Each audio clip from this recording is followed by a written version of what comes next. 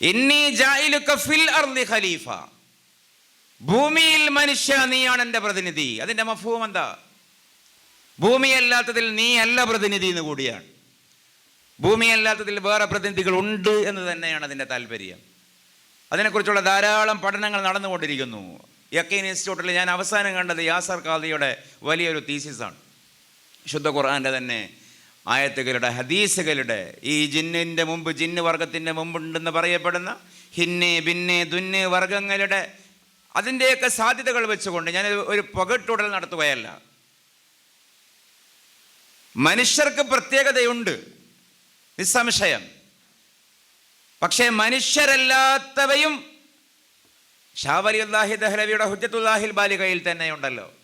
ഒരു കാറ്റടിക്കുന്നുണ്ടെങ്കിൽ, അന്തരീക്ഷത്തിൽ ഇത് കാറ്റടിക്കുന്നുണ്ടെങ്കിൽ, ഏതൊരു പ്രകൃതി പ്രതിഭാസം സംഭവിക്കുകയാണെങ്കിലും അതിന് പിറകിൽ രണ്ട് ഇല്ലത്തുണ്ട്. അദ്ദേഹം പറയുന്നത് ഇല്ലത്ത് മാദിയ ഒന്ന്, മറ്റൊന്ന് ഇല്ലത്ത് റൂഹിയ.